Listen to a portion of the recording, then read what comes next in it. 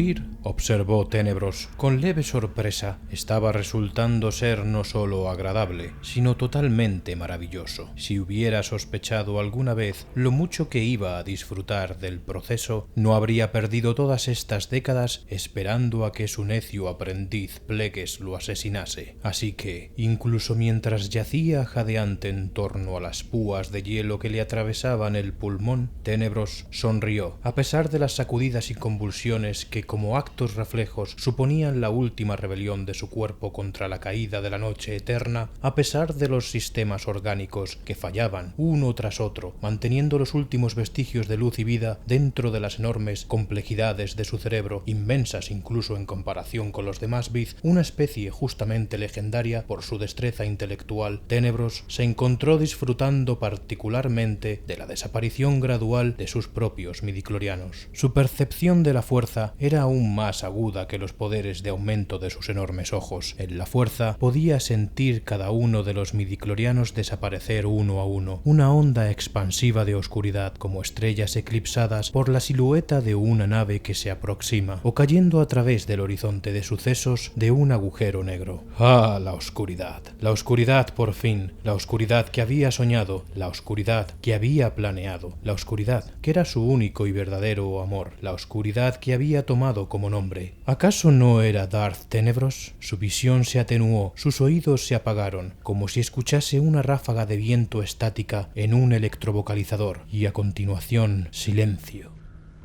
La única sensación que registraba su carne temblorosa era el chasquido de los huesos rotos y la lenta asfixia que ahogaba su consciencia, conforme el pulmón destrozado solo podía suministrar una fracción del oxígeno requerido por su gigantesco cerebro. Poco importaba. Escudado ante el sufrimiento por su control de la fuerza, Tenebros observaba la agonía de su forma física con desapasionamiento adecuadamente bizano, y ahora sus percepciones imposiblemente refinadas detectaban el barrido de la mente de Plegues, mientras el aprendiz sondeaba los midichlorianos que desaparecían de su maestro moribundo con su propio uso de la fuerza, como Tenebros sabía que haría. Tenebros había pasado décadas asegurándose de que Plegues sería incapaz de resistirse a hacer exactamente eso. El aprendiz Moon de Tenebros nunca comprendería sus propias limitaciones. Estas limitaciones se debían solo tangencialmente a la desafortunada tendencia de los Moons como especie a medir cada interacción como una transacción que podía ser manipulada buscando el máximo beneficio. La debilidad real de Plegues era el miedo, un miedo tan profundo y omnipresente que el necio ni siquiera lo registraba como una emoción. Una y otra vez, a través de las décadas de su aprendizaje, Plegues había insistido en que su miedo no era miedo en absoluto, sino que afirmaba que era meramente una racional prudencia. Pero Tenebros sabía la verdad. Siempre la había sabido.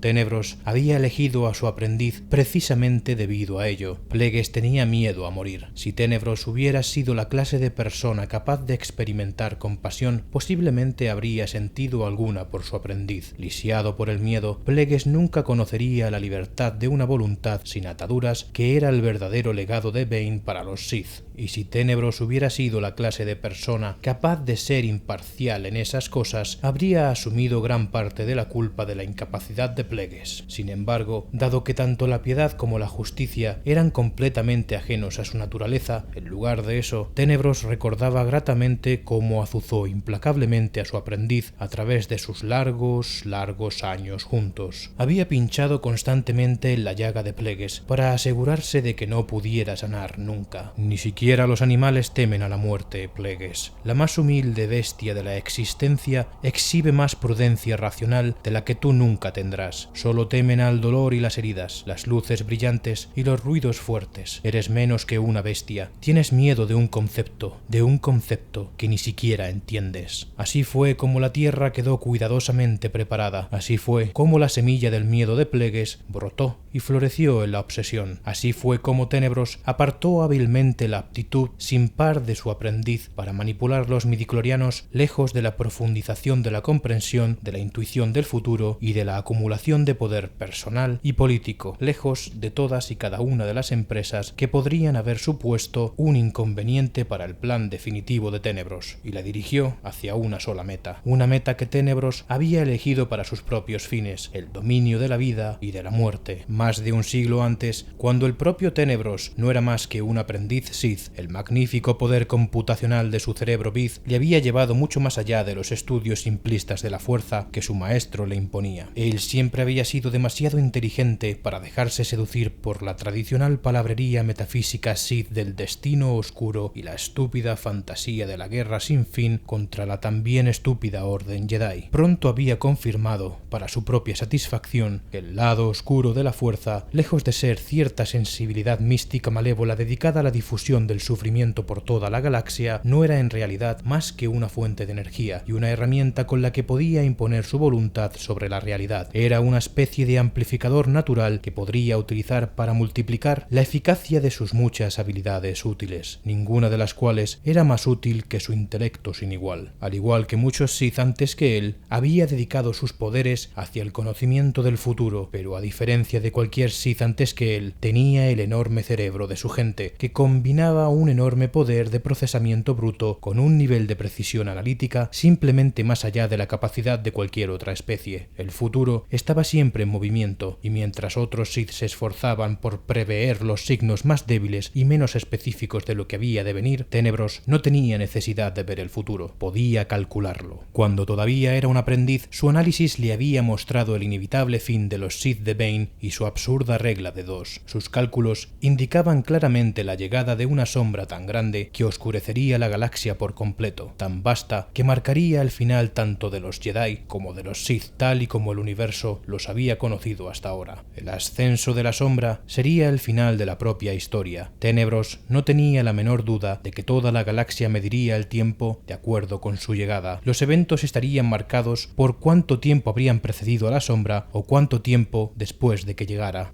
Aunque la naturaleza exacta de la gran sombra se mantenía oculta, la lógica implacable de su extrapolación detallaba la destrucción inminente del sistema de Bane y el surgimiento de lo que se conocería como un Sith. Un Sith. La conclusión era tan obvia que no requería confirmación. Un único señor Sith se alzaría con tanto poder que no tendría necesidad de ningún aprendiz ni temería a los Jedi. Tomaría y dominaría la galaxia él solo, por su propia mano, sin un aprendiz o una orden Jedi. Para acabar con él, un Sith, gobernaría para siempre. Una perspectiva embriagadora, con solo un único inconveniente. Tenebros no sería ese señor Sith. Su propia muerte estaba claramente vaticinada, totalmente inevitable, y precedería varias décadas a la aparición de la sombra. Su destino estaba explícito en los números, y los números no mienten. Sin embargo, tal y como Tenebros llegó a darse cuenta a lo largo de sus muchos años de investigación, contemplación y cálculo, podría ser posible que esos números en cuestión hubieran sido de algún modo falseados. La clave, descubrió, estaba en una oscura leyenda mencionada de pasada en el diario de los Whills sobre un héroe bastante típico en la mayoría de las culturas, la clase del futuro salvador prometido que aparece en los mitos fundacionales de casi todas las sociedades desarrolladas. Lo que distinguía a este salvador en particular de sus simples equivalentes era que, de acuerdo con 4 de las 11 posibles traducciones, iba a ser nacido de pura fuerza. Después de 3 años estándar dedicado específicamente a la exploración de todas las permutaciones posibles de la interpretación, Tenebros determinó que tal nacimiento era de hecho posible, al menos metafóricamente. Nacido de pura fuerza podía leerse como una indicación de la creación de un ser vivo a través de la manipulación directa de los procesos midichlorianos en un ser que ya vivía. Y además, como Tenebros descubrió con creciente entusiasmo, el potencial de la fuerza de tal ser no estaría limitado por el propio recuento de midichlorianos de su creador, sino tan solo por el nivel de disciplina y la atención al detalle de su creador. De hecho, sus cálculos indicaban un rango potencialmente mucho más allá del suyo propio. Con la ejecución adecuada, el Salvador podía tener un recuento de midichlorianos de cerca de 15.000, tal vez incluso más. Podría ser posible crear un ser con el mayor potencial de la fuerza que jamás se hubiera registrado. Y por la aplicación de su propia y adecuada sutil variación de la antigua transferencia Sith de la esencia de la fuerza bruta, Tenebros podría garantizar que su propia conciencia estaría presente en la creación de este ser, este salvador, este elegido. Y en el momento de la creación, mucho antes de que el elegido pudiera desear resistirse, Tenebros se apoderaría de él, se convertiría en él. Con este único golpe, décadas después de la muerte de su cuerpo, se convertiría en el usuario de la fuerza más poderoso de la historia de la galaxia. Todo estaba ahí, en los números. Era imposible que fallase. Una vez que su análisis hubo sido analizado a su enésima potencia, pulido en una gema perfecta más allá de posibilidad de error, Tenebros dedicó cada segundo de cada día de su vida al cumplimiento de su plan. Nada sería dejado al azar. Exterminó a su decrépito maestro con su eficiencia habitual y se embarcó inmediatamente en una búsqueda de décadas de duración para encontrar a su propio aprendiz. Y no solo un aprendiz, sino el aprendiz, uno en posesión de una combinación muy específica de determinadas habilidades, principalmente alrededor de la percepción directa y la manipulación de la actividad de midichlorianos, pero también de una serie de debilidades desde una escasa visión de futuro, preocupado por obtener un beneficio personal, hasta un miedo invencible de los reinos desconocidos más allá de los muros de la muerte. Un aprendiz cuyo único propósito era crear el ser en el que Tenebros se convertiría, y de ese modo Darth Tenebros, la mente más grande de la historia de los Sith, volvería a nacer para gobernar la galaxia para siempre. Ahora que los sentidos físicos de su cuerpo habían desaparecido por completo, Tenebros descubrió que su percepción de la fuerza había aumentado proporcionalmente con gloriosa precisión. Podía trazar la más mínima bizna de las torpes sondas de fuerza de Plagueis con las que su aprendiz trataba de registrar y analizar cada detalle de la muerte de Tenebros. Podía sentir al propio Plagueis agachado cerca, con los ojos cerrados, los largos y arácnidos dedos de una mano estirados como si fuera a agarrar en el aire los midichlorianos que iban desapareciendo de Tenebros. Esta era la técnica habitual de Plagueis, un examen minucioso a través de la fuerza, de la decadencia de los midichlorianos que acompañaban a la muerte física de sus víctimas. Tenebros era de lejos el usuario de la fuerza más poderoso, cuya muerte Plagueis había tenido la oportunidad de observar, y él había sabido todo el tiempo que su aprendiz aplicaría sus capacidades físicas, mentales y de la fuerza, por penosas que éstas fueran, para ser testigo de cada insignificante detalle. Como si los midichlorianos encarnasen de alguna manera el principio de la vida misma, se desvanecían mientras la vida se escapaba. Plagueis había especulado más de una vez que de alguna manera migraban de las células moribundas y volvían a unirse a la fuerza de la que habían surgido, una evidencia más del pensamiento turbio y el patéticamente romántico misticismo de su aprendiz, pero no importaba. La ilusión del estudiante había demostrado ser una fuente de inspiración para el maestro, y el concepto de la migración de los midichlorianos, pese a ser equivocado, se convirtió en la clave del golpe maestro de Tenebros. Entre los miles y miles de millones de muertes de midichlorianos individuales en las células de Tenebros, había una pequeña fracción de midichlorianos que no estaban muriendo, que no morían mientras habitasen en un huésped vivo. Estos midichlorianos especialmente tenaces, Tenebros los habría bautizado medio en broma con el nombre de maxichlorianos, y habían sido alterados o mejorados. No sería una exageración, en opinión de Tenebros, usar la palabra perfeccionados. Estos maxichlorianos realmente iban a migrar, pero no hacia la fuerza. Migrarían al interior del propio Plagueis. Para detectar este porcentaje infinitesimal haría falta la precisión de un bit. Estaba mucho más allá de las limitadas percepciones de su aprendiz, y de hecho, Tenebros había pasado por considerables dificultades para asegurarse de que siempre sería así. En lugar de entrenar realmente a su estúpido aprendiz, Tenebros había halagado el misticismo de Plagueis, mientras que explotaba sus inseguridades enviándolo una vez tras otra a misiones inútiles, condenadas al fracaso. Por su parte, Tenebros había invertido cada segundo disponible de la libertad que esto le ofrecía en el diseño, creación y despliegue de la única arma que Plagueis nunca sospecharía, que nunca podría sospechar. Sus propios prejuicios acerca de la fuerza aseguraban que Plagueis no creería que tal cosa fuera posible. Tenebros creó un retrovirus que podía infectar a los midichlorianos. Los midichlorianos, después de todo, solo eran simples orgánulos simbióticos que contribuían a los procesos orgánicos de las células vivas que habitaban. Debido a su papel en las interacciones de la fuerza, alterarlos era singularmente difícil. Tenían una inquietante tendencia para expresar de manera espontánea inesperados y desafortunados efectos secundarios, pero mediante la aplicación de toda la destreza analítica de su inmenso cerebro Bith y el poder sobrenatural de sus sentidos Bith para detectar y resolver la estructura submicroscópica, finalmente tuvo éxito en la creación de un retrovirus que transformaría midichlorianos normales en maxichlorianos de larga duración. Pero eso fue solo el comienzo. Con la atención paciente y minuciosa al detalle más mínimo e insignificante que era su sello distintivo, Tenebros había codificado su retrovirus, personalizándolo con su arma más poderosa, su propia consciencia. Una vez completado, Tenebros había liberado el virus en su propio torrente sanguíneo. Se había extendido por todo su cuerpo, infectando midichlorianos en cada una de sus células con una presteza gratificante. No fueron todos sus midichlorianos, ya que los maxichlorianos infectados ya no eran plenamente funcionales. Infectarlos a todos habría cortado su propia conexión con la fuerza. Un cese parcial de esta conexión era un sacrificio necesario, sin embargo, y a través de un largo proceso de ensayo y error fue capaz de ajustar el efecto y limitarlo al único sector de sus poderes de la fuerza que ya no le era necesario, su capacidad para detectar el movimiento del futuro. ¿De qué podía servirle la capacidad de ver un futuro que ya conocía? Ahora, muerto al fin, pudo comenzar a disfrutar de los frutos de su trabajo de toda la vida. En la fuerza, podía sentir que su cuerpo ya había sufrido una muerte cerebral irreversible. Sin embargo, su consciencia se mantuvo con plena conciencia, completamente funcional y conectada a la fuerza de una manera más íntima de lo que jamás hubiera creído que fuera posible. Liberado ahora de los crudos procesos biológicos que marcaban el paso del tiempo, Tenebros descubrió que podía percibir el limitado tic-tac de cada nanosegundo individual y al mismo tiempo comprender el barrido completo de eones galácticos. Junto al cadáver de Tenebros, mientras Plegues observaba cuidadosamente la desaparición de los midichlorianos de Tenebros, los maxichlorianos estaban siendo sutil e invisiblemente transportados a través del espacio intermedio para instalarse en los ojos y la boca de Plegues, en su piel y en una herida abierta en su espalda, donde entraron en el torrente sanguíneo del aprendiz y se metieron en sus células, liberando su carga viral de la mente de Tenebros.